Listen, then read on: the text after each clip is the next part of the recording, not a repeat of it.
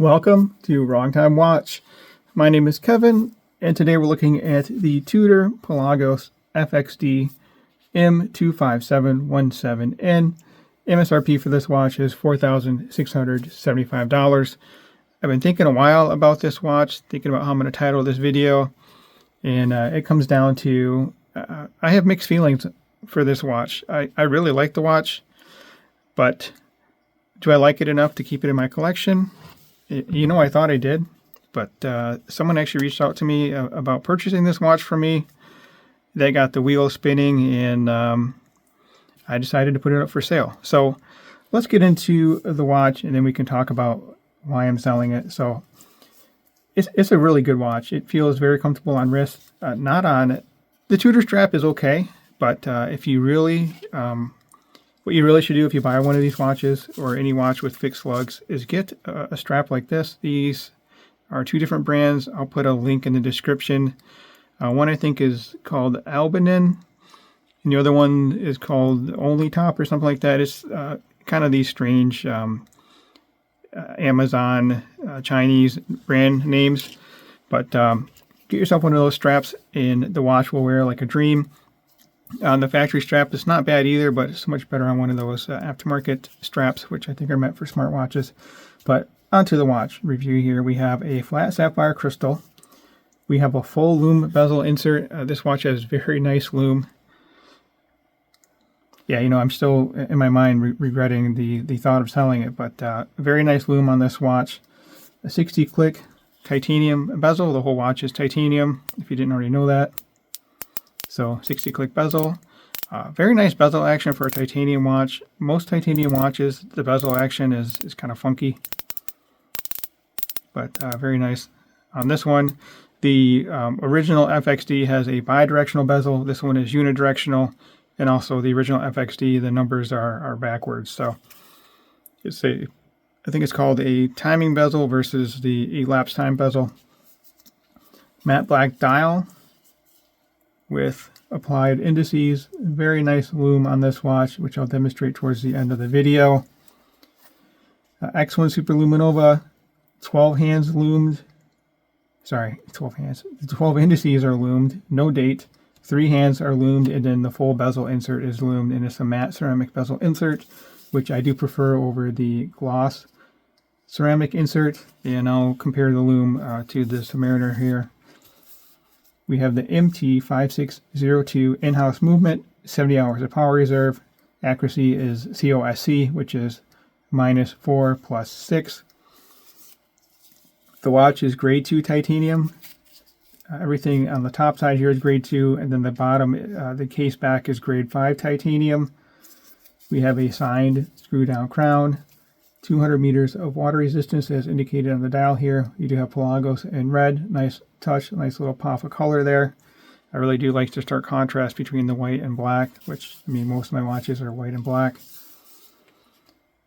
And then we get the one-piece fabric strap and the one-piece rubber strap. I prefer the fabric strap over the rubber strap that the watch comes with.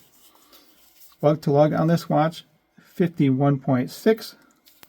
Watch diameter, actually bezel diameter. The bezel overhangs the case, so the bezel is at 43 millimeter diameter.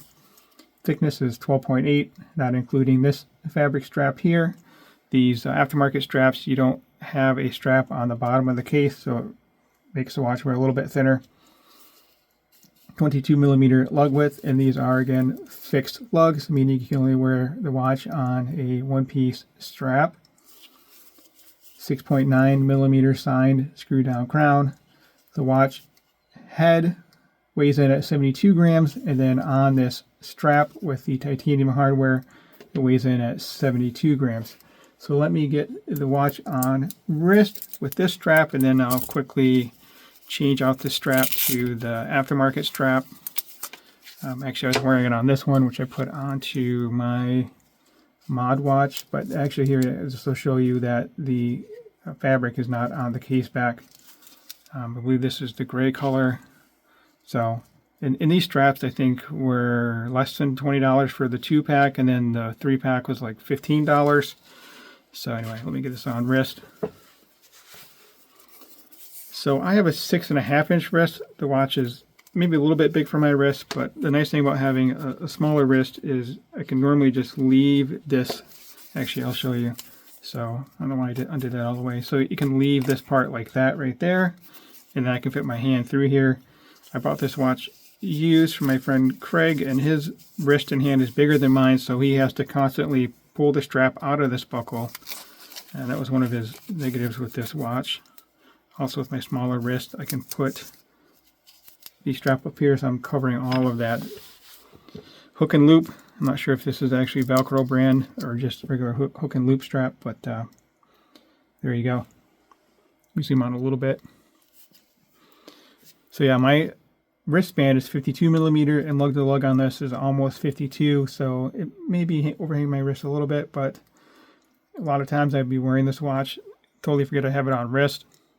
That's just how lightweight and comfortable it is.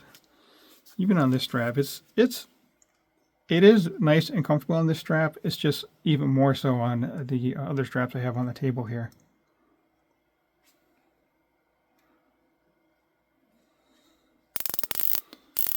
It's a nice watch, nice specs, but you know, $4,675, and it's a fabric, well, not a fabric strap. It's a strap watch only. You're not going to put this on a bracelet. It's pretty much impossible.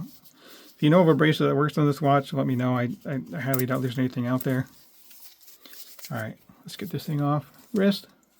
And we'll take this strap off quickly and put on one of these aftermarket straps. Unfortunately, you can't feel the strap through the screen. You have to take my word for it, but these straps are just much more comfortable. Let's see here.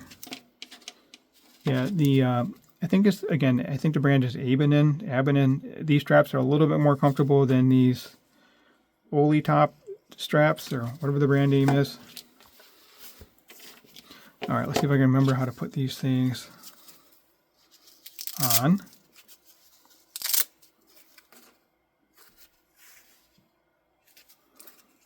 I think it goes this way. Yeah, I think I got it right there. So, yeah, this is hook and loop as well, so it could potentially, it's not as secure as a NATO strap, but, you know, it's good enough.